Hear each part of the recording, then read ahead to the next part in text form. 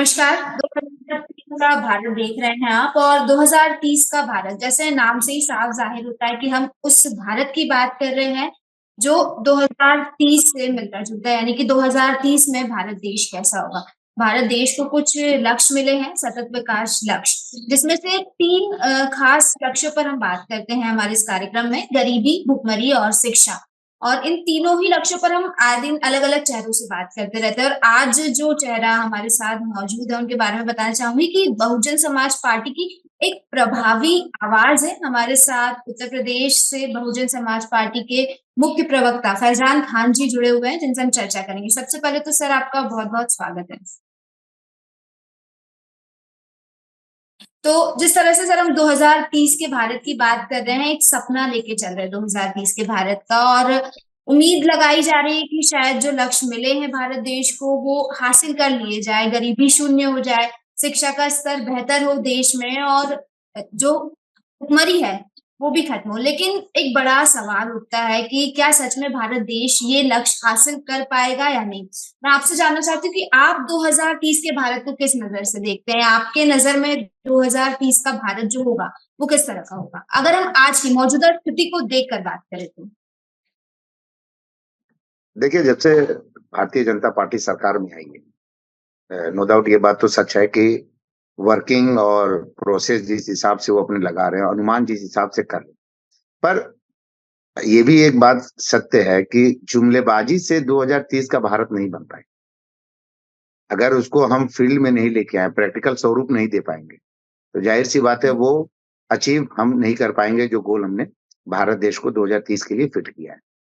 जैसे आप देख लीजिए, एजुकेशन है, आपने कहा भुखमरी है, जी। नक्सलवाद को अभी माननीय गृह मंत्री अमित शाह जी ने कहा है कि 2026 तक हम नक्सलवाद को खत्म कर देंगे। लेकिन आए दिन जिस तरह से नक्सलवाद पे अटैक हो रहा है, जिस तरह से हमारे जवान मर रहे हैं, सीआरपीएफ के कैंप मर रहे हैं, तो आप ये देखिए कि वो भी हमारे लिए एक बहुत बड़ा ड्रॉबैक है। दूसरा, जन जन तक जो आवाज जानी चाहिए, जो बातें सेंट्रल कहती है, वो फील्ड में नहीं दिखाई पड़ती। जिस तरह से दिल्ली में आप देख लीजिए, चुनाव है, जुमलेबाजी, चाहे केजरीवाल जी हैं, चाहे भारतीय जनता पार्टी है, दोनों पार्टियां सिर्फ और सिर्फ फ्री की रेवड़ी बांटने में लगी हुई है।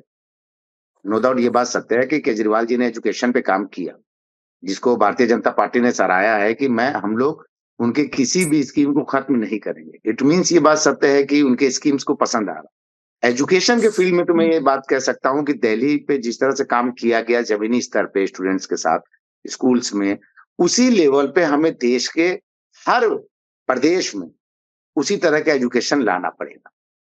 अब वो चाहे आम आदमी पार्टी दिल्ली में लेके आ रही है, भारतीय जनता पार्टी लेके आ रही है।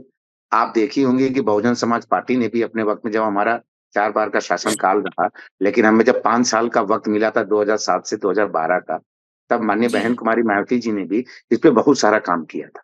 तो मेरा एक ओपन माइंड ये है कि कोई भी सरकार आती है, ऐसा नहीं है कि स्कीम्स नहीं लाती। कोई भी दल, कोई भी सरकार बनाए तो स्कीम्स आती है, पर वो कितने उस पे सफल हो पाती है, देखना ये होता है। जब सफलता हम पाएंगे अपने वादों पे, तब जाके 2030 का भारत हमारा सुनहरा भारत बन पाएगा। सोने की चिड़िया हम तभी ला पाएंगे जब भ्रष्टाचार मुक्त भारत को हम करेंगे। बिल्कुल सर, आपकी बात से सहमत हूँ कि तमाम स्कीम्स आती है। आ, कोई भी सरकार, किसी पर्टिकुलर सरकार का मैं नाम नहीं लूंगी, कोई भी सरकार, और सिर्फ दिल्ली चुनाव की बात नहीं है। जहां जहां भी चुनाव होते हैं अमूमन यही चीजें देखने को मिलती है कि चुनाव के पहले काफी सारे वादे किए जाते हैं, और चुनाव के बाद कहीं ना कहीं वो सारी चीजें ठंडे बस्ते में चली जाती है। तो किसी एक सरकार को इस चीज का हम दोष नहीं दे सकते। अब यहाँ तो ये चीज सामने आ रही है ना कि हर सरकार मुफ्त की रेवड़ियां बांट रही है, तो फिर जनता को बिल्कुल किस बिल्कुल। जनता देखिए, किस मैं पे मैं भरोसा मैं करेगी, इसमें जनता एक चीज आपकी कहाँ दामिनी जाए जी, तो एक वक्त हाँ। एक एक इसमें पॉइंट में जोड़ना चाहूंगा। मैं इसलिए नहीं इस बात को कह रहा हूं कि मैं मुख्य प्रवक्ता हूं बहुजन समाज पार्टी का। रेवड़ी बांटने का काम बहुजन समाज पार्टी ने फ्रॉम द बिगिनिंग, माननीय काशीराम जी से लेके बहन कुमारी मायावती जी तक, आज तक आप उठा के एक भी हमारा वादा दिखा दीजिए चुनाव से पहले हमने किया। हमने किया ही नहीं। हमारा मैनिफेस्टो ही नहीं तैयार रहता है। सिर्फ इसीलिए जो आपने अभी बात कही कि सरकारें जो ये काम करती हैं निहायत ही गलत है। जो वादे अपने मैनिफेस्टो तैयार की जाती है, उसके एक पॉइंट पे भी वो वर्क नहीं करती। वो सिर्फ चुनावी मैनिफेस्टो होता है, जनता को लुभाने होते हैं, लेकिन बहुजन समाज पार्टी के 4 बार के शासनकाल में एक बार या आने वाले चुनाव में भी दिल्ली चुनाव में भी हम उतर रहे हैं, आइंदा और भी उतरेंगे। तो ये बहुजन समाज पार्टी एक मिसाल है सारी पार्टियों के लिए कि रेवड़ी मत बांटिए, रेवड़ी बांटने का वादा मत करिए, पूरा करिए। सपना आप जो बुनते हैं उसको पूरा करिए। आप मैं इसलिए इस बात को आपके चैनल पे कहना चाह रहा हूं कि आपने जो बात कही कि सारी सरकारें इसमें नो डाउट आती हैं अपने अपने मैनिफेस्टो पर, बहुजन समाज पार्टी एकलौती पार्टी है पूरे हिंदुस्तान की जो आज तक अपनी मैनिफेस्टो चुनावी वादा कभी नहीं जारी करती है। वजह यही है मतलब कि हम प्रैक्टिकल किस तरीके से फिर काम करती है बहुजन समाज पार्टी, मैं जानना चाहूंगी। बहुजन समाज पार्टी समाज पे काम करती है। हम मैनिफेस्टो पहले चुनाव को देखते हुए नहीं बनाते, हम हकीकत बुनते, हम सपना बुन के उनको सपना वादा दिखा के जुमलेबाजी नहीं करते। आपने देखा होगा बहुजन समाज पार्टी का कार्यकाल, जैसे मानवा काशीराम जी का हमारा घर का आयोजन का जो गरीबों के लिए था, आवास का योजना, नाम तो बदल लेते हैं। कैसे रह जा रही है फिर बहुजन समाज पार्टी, जनता चुन क्यों नहीं रही है? अब जनता कैसे चुनेगी जब रेवड़ी बांटने का, चाहे महाराष्ट्र चुनाव हो, जैसे उन्होंने कहा, विधानमंत्री जी ने बहुत अच्छी बात की, सारे झारखंड का चुनाव देख लीजिए, कहीं कामयाबी मिलती है कहीं नहीं, राजस्थान देख लीजिए, मध्य प्रदेश अपना देख लीजिए, आप हर जगह रेवड़ी बांटने का काम किया जा रहा है। आप ये बताइए जब रेवड़ी बांटेंगे आम जनता को कैसे विश्वास होगा जब आपने जब जनता को लुभाने वाले ऑप्शन ही, रेवड़ियां बांटने का तो ऑप्शन खत्म कर देना चाहिए। लेकिन अगर मैं ये पूछूं कि बहुजन समाज पार्टी के, आप बोल रहे हैं कि मैनिफेस्टो ही जारी नहीं होता है और हम हकीकत पे काम करते हैं, तो जब वास्तविक तौर पर काम हुआ है तो फिर जनता क्यों नहीं आपकी तरफ मुड़ती दिख रही है? इसलिए क्योंकि हम जातिवाद नहीं फैलाते हैं, हम पोलराइजेशन क्यों नहीं बढ़ते हैं। आपने कभी देखा है बहुजन समाज पार्टी को? आज के मौजूदा स्थिति में चाहे वो कोई भी दल हो, सब लोग पोलराइजेशन की ओर बढ़ रहे हैं कि नहीं बढ़ रहे हैं? बटेंगे तो कटेंगे, क्या मतलब है आपका? आप बताइए किसके लिए, किसकी तरफ इशारा है? बहुजन समाज पार्टी सर्वजन हिताय सर्वजन सुखाय पे काम करती है और हमने 5 साल बहुमत की सरकार इसी तर्ज पे चलाया। भाई 3 बार हमारे उससे पहले सरकार बनी और सरकार गिर गई, और भारतीय जनता पार्टी के साथ ही मिलकर हमने सरकार बनाई थी 3 बार, आपको मालूम होगा उत्तर प्रदेश में। लेकिन जब भारतीय जनता पार्टी ने हम पे जोर दिया जुमलेबाजी करने के लिए, सपने के लिए, हमने अपनी सरकार गिरा दी। लेकिन जब हम उसी तर्ज पे बहुजन समाज पार्टी लेकर आई बहुमत की सरकार, तो हमने उसी पे काम किया। आज लखनऊ में, मैं बहुत प्रैक्टिकल आपके चैनल पे बोलना चाह रहा हूं, आज लखनऊ में हर कोई गुजरता है तो कहता है माननीय बहन जी ने ही, बहुजन समाज पार्टी का ही कार्यकाल ऐसा है जिसने लखनऊ को लखनऊ बना दिया। लेकिन जब वोट की बात आई, जब इलेक्शन आया, तो जनता वोट नहीं कर पाई। हम लखनऊ में सीट नहीं निकाल पाए। वजह है पोलराइजेशन, क्योंकि लोगों के दिलो दिमाग में आज के डेट में हमने अपने भारत की संस्कृति को भुला दिया है। हम जातिवाद की तरफ ज्यादा बढ़ गए, हम समूह को लेके नहीं चल रहे, सबको साथ लेके नहीं चल रहे। अगर इसका नतीजा देखेंगे तो महाराष्ट्र चुनाव देख लीजिए, चाहे कोई भी चुनाव हो, बीजेपी का यही मंत्र होता है। सर, जातिवाद की आप बात कर रहे हैं, एक सवाल मेरे मन में उठ रहा है कि अक्सर विपक्षी पार्टियों द्वारा और कई सारे लोगों द्वारा ये आरोप लगाया जाता है बहुजन समाज पार्टी पर कि जब मायावती जी सत्ता में थी तो उस दौरान जो दलित सब कास्ट है, जाटव, उन पर ज्यादा फोकस किया गया था और बाकी जो कास्ट है उनको नेग्लेक्ट कर दिया गया था कहीं ना कहीं। अभी आप कह रहे कि बहुजन समाज पार्टी जातिवाद नहीं करती, पोलराइजेशन नहीं करती, आरोप इस तरह के लगाए जाते हैं कि जाटवों पर ज्यादा फोकस किया गया था, तो यहाँ पर क्या, मैं समझ नहीं पाई। अब आप बताइए, अगर हम नो डाउट जिस तरह से आप 2030 का सुनहरा भारत देखने की सपना बता रही हैं, वो तभी मुमकिन है जब हम कमजोर वर्ग को, कमजोर वर्ग हमारा कौन है भाई? भारत देश में कमजोर वर्ग कौन है? जरूरी नहीं है। देखिए सर, यहाँ पे बात यही है ना, कमजोर वर्ग आप किसको समझते हैं? आप समझ लीजिए, कमजोर वर्ग एक तो गरीबी के नीचे जितने भी हैं, एससी समाज हमारा है, माइनॉरिटीज है। दूसरा, आपने देखा होगा कि जब रिजर्वेशन की बात आई थी अपर कास्ट के गरीबों को, सबसे पहले बहुजन समाज पार्टी ने उसको समर्थन दिया था। मोदी सरकार अगर जिस तरह लेके आए, हम कमजोर वर्ग में सिर्फ एससी को नहीं लेता हूँ, मैं तो ब्राह्मणों को भी लेता हूँ। सतीश चंद्र मिश्रा जी इसके उदाहरण है। अगर हम सिर्फ दलितों पर काम फोकस करते हैं। अभी आपने बोला कि बहुजन समाज पार्टी ने सबसे पहले सपोर्ट किया था, तो बात यही है ना कि सारी पार्टियां जो है वो जातिवाद पर टिकी हैं। कोई भी पार्टी का, किसी भी पार्टी की बात करें, माइनॉरिटीज को पर्टिकुलर लेके वोट नहीं मांगते, बीजेपी या कांग्रेस कोई भी हो। अच्छा, कैसे मान लिया? जनगणना, जातिगत जनगणना पर विश्वास करते हैं नहीं? बिल्कुल, बिल्कुल हम सपोर्ट करते हैं जाति जनगणना को। माननीय बहन जी ने हमेशा जब कहा, जातिगत जाति जनगणना जनगणना को को आप सपोर्ट सपोर्ट करते हैं। कर रहे हैं, तो कहीं न कहीं आप जातिगत तौर पे ही चुनाव लड़ना चाहते हैं। बिल्कुल नहीं। बाबा साहब भीमराव अम्बेडकर जी ने रिजर्वेशन किस मुद्दे पे लेके आए थे? आप बताइए रिजर्वेशन किस मुद्दे पर लाए थे? जब जाति जनगणना अगर हम नहीं कराएँगे, तो जो रिजर्वेशन का स्कीम हमारे यहाँ है, जो एक लागू है, हमारे यहाँ संविधान में है, उस चीज़ को हम लागू कैसे करेंगे? स्थापित कैसे करेंगे? जातिगत जनगणना होगी तो क्या आपको नहीं लगता कि जातिवाद वाली चीज़ जो है वो ज़्यादा फैलती हुई दिखेगी? लोगों के बिल्कुल आपस नहीं, में उससे ही वहम पिक्चर हो क्लैरिटी जाएगी। आएगी। उससे देखिए नीयत अगर साफ है, तो अगर हमें वाक़ई कमज़ोर वर्गों को लेके आना है ऊपर और बराबरी का नीयत दर्जा किसकी देना साफ है, है? मेरे को तो किसी पार्टी की नीयत साफ नहीं लगती सर।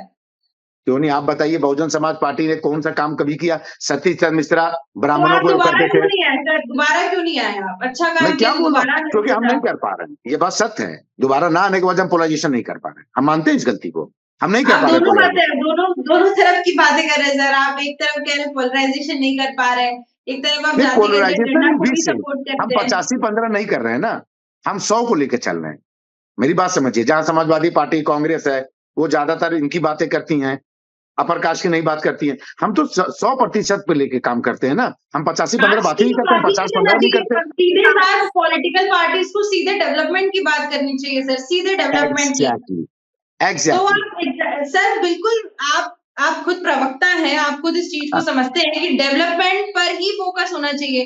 जाति वाली चीज़ आ कहाँ से जाती है? फ़ोकस नहीं, फिर आपने कहा फ़ोकस। सिर्फ़ फ़ोकस नहीं होना चाहिए, काम होना चाहिए, जिस पे हमने डेवलपमेंट पे काम काम किया। कहाँ करते हैं? बहुजन जनता से समाज पार्टी ने बिल्कुल काम किया, हमारे लिए जो लेकिन लोगों के बेवकूफ़ दिलों बनते में हैं ना। पोलराइज़ेशन लाके उस काम को, विकास को पीछे कर दिया गया और जातिवाद को आगे देखिए, कर दिया आजकल गया। का युवा पढ़ा लिखा है सर देखिए, पोलराइज़ेशन कोई भी पार्टी करती रहे, युवा आजकल का बहुत पढ़ा लिखा है, बहुत अच्छे से समझ रहा है कि सिर्फ़ अपने हित के लिए पॉलिटिकल पार्टीज़ ये सारी चीज़ें कर रही हैं।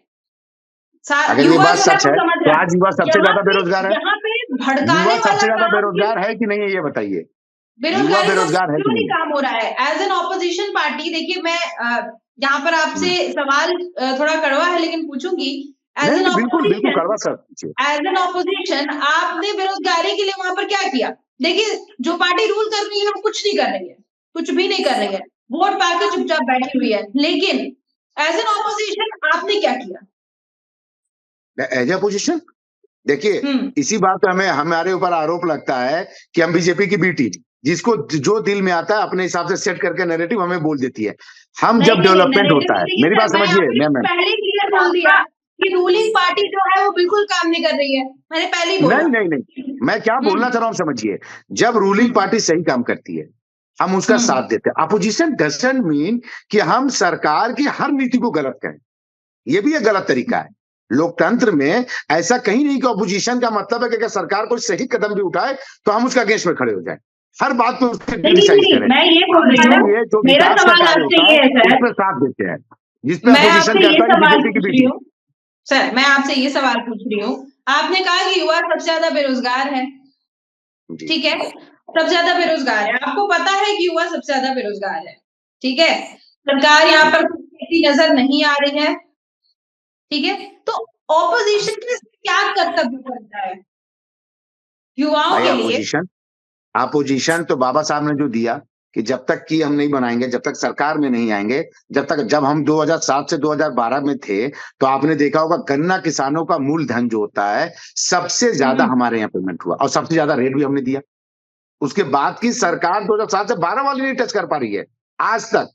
मैं इसीलिए तो कह रहा हूँ कि 2007 से मैं बड़ी 2012 में जो गन्ना का मूल्य हमने निर्धारित किया था, वो अब की हुँ। सरकार अप टू डेट जबकि 8वां वेतन की सिफारिश हो गई है, तब नहीं दे पा रही है।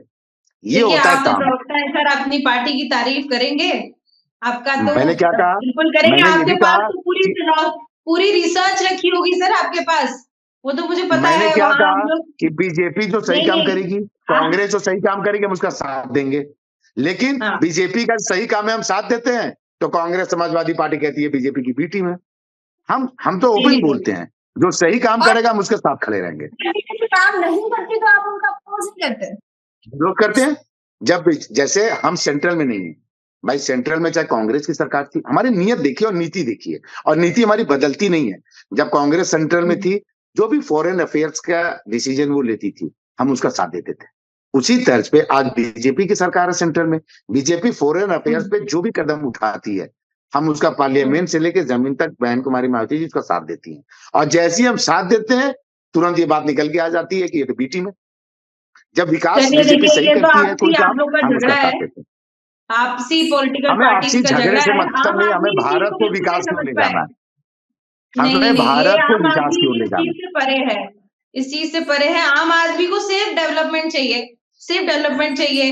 अगर बेरोजगारी है तो रोजगार चाहिए, अगर अशिक्षा है तो शिक्षा चाहिए, और अगर गरीबी है तो गरीबी मुक्त है। भारत चाहिए। मेरा आपसे सवाल ये है सर कि शिक्षा के क्षेत्र की अगर मैं बात करूं यहाँ पर, और उत्तर प्रदेश की मौजूदा स्थिति देखूं, तो शिक्षा कहीं ना कहीं अगर मैं देखूं कमजोर है। लोग वहां के टैलेंटेड हैं, बच्चे वहां के टैलेंटेड हैं, लेकिन शिक्षा का स्तर जो है वो सही नहीं है। उसकी वजह से बेरोजगारी है। बेरोजगारी का एक और मैं अगर कारण बताऊं तो वहां पर ना कोई इंडस्ट्री है, ना कोई कंपनीज है, किसी भी चीज का स्कोप नहीं है, तो माइग्रेशन है। तो यहाँ पर आपकी जैसे जिस पार्टी से आप बिलोंग कर रहे हैं, तो वहां पर आपका क्या रोल होना चाहिए? भाई हमारा रोल, जैसे माननीय बहन कुमारी मायावती जी ने अपने सरकार में एक चीज किया था, जब लड़कों को आईएएस की कोचिंग के लिए तैयार करने के लिए, तो हम लोगों ने उन वर्गों के लिए भी अलग से एक इंस्टीट्यूट बना के दिया ताकि वो वहां पे पढ़ाई पूरी कर सके, उनको स्कीम्स दिया। तो आपने एक बात कही, उत्तर प्रदेश में जैसे टैलेंटेड बच्चे हैं लेकिन शिक्षा का स्तर कमजोर है, उससे भी ज्यादा टैलेंटेड बच्चे जो है बिहार में हैं, और वहां शिक्षा का बिल्कुल स्थिति और भी ज्यादा कमजोर है। लेकिन वहां के बिल्कुल लड़के सही सबसे बात ज्यादा आप है। मैं देखेंगे बिहार हुआ का करता नाम था ही ना जाहिर भूलती, अक्सर मैं बिहार यूपी को एक उसी में रखती हूँ, क्योंकि माइग्रेशन सबसे ज्यादा वहीं से हो रहा है। एग्जैक्टली क्योंकि शिक्षा का स्तर यहाँ पे नहीं है। शिक्षा का स्तर तभी हो पाएगा जब हम लार्जर स्केल पे उस पर वर्क करेंगे। अगर हम हिंदू मुस्लिम से हट कर आएंगे तभी जाके शिक्षा पे जोर दे पाएंगे। मैंने क्या कहा, हम अपोजिशन में हैं, दिल्ली में भी चुनाव लड़ रहे हैं, लेकिन मैं तब भी केजरीवाल के स्कूल और शिक्षा नीति को सही ठहरा रहा हूं। क्यों? क्योंकि उन्होंने वाकई जमीनी स्तर पर डेवलपमेंट किया। अलग बात है कि वो आम आदमी पार्टी है, मुझे एज ए प्रवक्ता नहीं तारीफ करना चाहिए कि हमारा चुनाव है दिल्ली में, हमें अगेंस्ट बोलना चाहिए। मैं क्या कहना चाह रहा हूं, मैं इसीलिए कह रहा हूं, हम युवा पीढ़ी के हैं, प्रवक्ता बनाया माननीय बहन जी ने इसीलिए बनाया कि युवा पीढ़ी के दुख दर्द को हम समझ सकते हैं। इसलिए जो भी सरकार अगर नियत और नीति सही करती है तो बिना डर बिना हिचक में उसकी तारीफ करता हूं। क्यों? क्योंकि उससे बच्चों को, हमारे हमारे शिक्षा को आगे मिलता है, और जब शिक्षा और हमारे युवा पीढ़ी मजबूत होंगे तभी देश मजबूत होगा।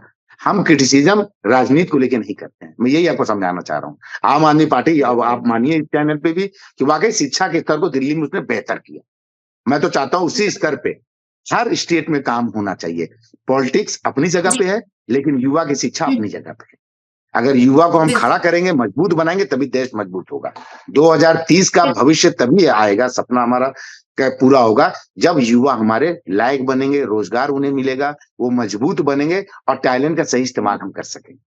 अगर हम अपने बिल्कुल सर। युवाओं को राइट, दंगा और यही सब देके रहेंगे, मंदिर मस्जिद देते रहेंगे, तो ये बताइए कब हमारा शिक्षा कब मजबूत होगा, स्तर कब आगे बढ़ेगा? जी, बिल्कुल। तो ये पॉलिटिकल पार्टीज को आपस में समझना चाहिए, क्योंकि आम आदमी तो ये सब नहीं करता। आम आदमी तो बिल्कुल ये सब नहीं करता। बिल्कुल। जी दामिनी बोलिए। सर क्योंकि समय की हमारे पास एक सीमा है, एक आखिरी सवाल आपसे करना चाहूंगी। 2030 के भारत के जो लक्ष्य को हासिल करने में, कहते हैं ना कि कोई भी चीज जब हम करने निकलते हैं तो बीच में काफी सारी समस्याएं आती है, तो मैं आपसे ये जानना चाहूंगी कि जो लक्ष्य एक मिला है भारत देश को, इसको हासिल करने में सबसे बड़ी समस्या आपके नजर में क्या है? और अगर बहुजन समाज पार्टी को मौका मिलता है, मायावती जी को मौका मिलता है, तो बहुजन समाज पार्टी इस दिशा में किस तरह से काम करेगी? देखिए, बहुजन समाज पार्टी को जब काम करने का मौका मिलेगा, अगर हम सत्ता में 2027 में चुनाव में उत्तर प्रदेश में आते हैं, तो हम अपने उसी चीज को आगे तर्ज पे बढ़ाएंगे कि युवाओं के लिए अलग से स्कीम, स्कॉलरशिप, जो भी कमजोर वर्ग है उन सारे बच्चों के लिए जो स्कूल्स हैं, सरकारी स्कूल है, उसको मजबूत करना है। और आपको पता है लुभावने वादे भी किए जाते हैं उसके लिए, जब लाया जाता है उसके लिए कि बच्चों को, ज्यादा से ज्यादा गरीब माँ बाप जो हैं अपने बच्चों को स्कूल की तरफ भेजें, तो जाहिर बात है जैसे खिचड़ी स्कीम है, तमाम तरह के स्कीम्स दिए जाते हैं, उस तरह से भी लाने पड़ेगा। क्योंकि भारत देश में हम चाइना और अमेरिका की तरह नहीं है। हमारे बच्चे, बहुत सारे युवा पढ़ते हैं गरीब, अपने बच्चों को लेबर में, आप देखेंगे चाइल्ड लेबर हमारे यहाँ क्यों इतना ज्यादा है? क्यों? क्योंकि माँ बाप बच्चों को स्कूल ना भेज के काम पर लगा देते हैं कि 2 रुपए की आमदनी। तो हमें पूरे सिस्टम को उस हिसाब से लेके चलना होगा, स्कीम्स देने होंगे, युवा पीढ़ी के लिए अच्छा शिक्षा देना होगा, और शिक्षा जब अच्छा होगा तो रोजगार वो अपने आप पा जाएंगे। लेकिन रिजर्वेशन को भी एक जनगणना जो उन्होंने कहा, ये भी मद्देनजर रखना होगा, क्योंकि अगर प्राइवेटाइजेशन की तरफ हम बढ़ेंगे तो रिजर्वेशन का तो, संविधान का तो मूल ही खत्म हो गया ना हमारा। जब हम प्राइवेटाइजेशन की तरफ बढ़ जाएंगे, हर रेलवे से लेके जिस तरह से स्कीम चल रही है, तो उस तरह से तो रिजर्वेशन ही खत्म हो जाएगा हमारा। प्राइवेट कंपनीज में तो है ही नहीं, प्राइवेट कंपनी देती ही नहीं है। और उच्च संस्थानों में भी हमें रिजर्वेशन के तहत उन टैलेंटेड बच्चों को खोज के निकालना पड़ेगा, चाहे खेलकूद का माध्यम हो, चाहे शिक्षा का। जी, रिजर्वेशन बहुत इंपॉर्टेंट है, आपका ये कहना है? नहीं, रिजर्वेशन इसलिए इंपॉर्टेंट है क्योंकि वो हमारे संविधान में दिया गया है। उसके लिए स्ट्रक्चर कमेटी की रिपोर्ट को आप क्या कहेंगे? आप बताइए क्या? देखिए, मैं आपको बता रही हूँ, जैसे चैनल पे बैठी हैं, आप ही लोगों के लिए स्ट्रक्चर कमेटी की रिपोर्ट आई थी, लेकिन उस पर काम किसी ने नहीं किया। आपको एक चीज बताना चाहती हूँ सर, देखिए रिजर्वेशन बिल्कुल पॉलिटिकल पार्टीज इस पे जोर दे रही हैं, लेकिन कहीं ना कहीं अगर आप एक इसका पहलू देखें तो इससे बहुत बड़ा नुकसान होगा भारत देश को। ऑलरेडी इतना पॉलराइजेशन किया गया आप है। बाबा साहब को इसका मतलब गलत साबित कर रही हैं, हमारे संविधान को गलत कर रही हैं। ऑलरेडी पॉलराइजेशन इतनी हो चुकी है, ऑलरेडी लोग एक दूसरे के जाति के प्रति, एक दूसरे के धर्म के प्रति भड़काया जा रहा है। कैसे भी लोग संभलते हैं, इंसानियत के तौर पे एक साथ रहते हैं, फिर जातिगत जनगणना होगी, फिर वही पॉलिटिकल पार्टीज अपनी अपनी जाति को लेकर फोकस हो जाएंगी, और कहीं ना कहीं एक दूसरे के प्रति यहाँ पर जो सामंजस्य बैठा हुआ है, अभी बना हुआ है, वो बिगड़ेगा। आप इस चीज को एक्सेप्ट नहीं करेंगे, मुझे पता है, लेकिन कहीं ना कहीं ये जो पहलू है, भारत देश का पूरा एक पॉपुलेशन इस बात को नहीं करेगा। आप कैसे इस बात को कह रही है कि गरीब का बच्चा आप चाह रही है और गरीब हो जाए, अमीर का बच्चा और अमीर हो जाए, अमीर के बच्चे और अच्छे फैसिलिटी पाए? तो फिर ये तो पॉलिटिकल पार्टी कर रही है। तो रिजर्वेशन के खिलाफ आप क्यों बात कर रही हैं? आप अगर रिजर्वेशन के खिलाफ बात करेंगी, मैं पॉलिटिकल पार्टी को हटा दे रहा हूँ।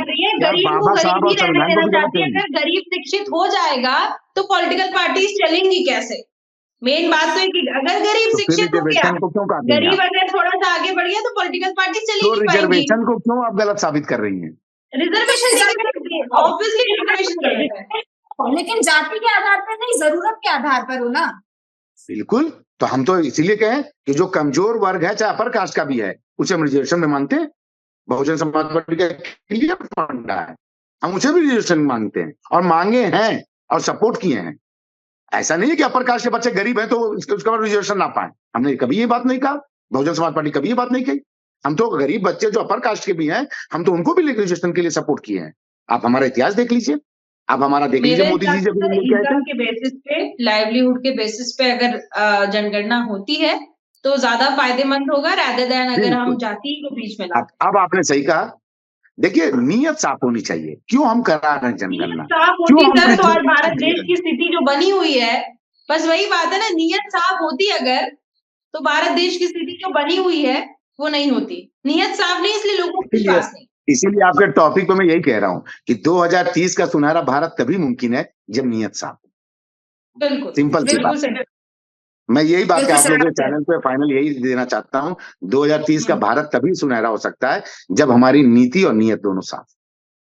बिल्कुल सर, आपने सही कहा, और यही उम्मीद करूंगी, यही कहना भी चाहूंगी कि चाहे सत्ता में कोई भी पार्टी रहे, साफ नीयत से और एक सही नीति के साथ काम करे तो जाहिर तौर पर 2030 के भारत के सपने को हम साकार कर पाएंगे। आपका बहुत बहुत धन्यवाद, आप हमारे साथ जुड़े। Thank you sir, thank you so much.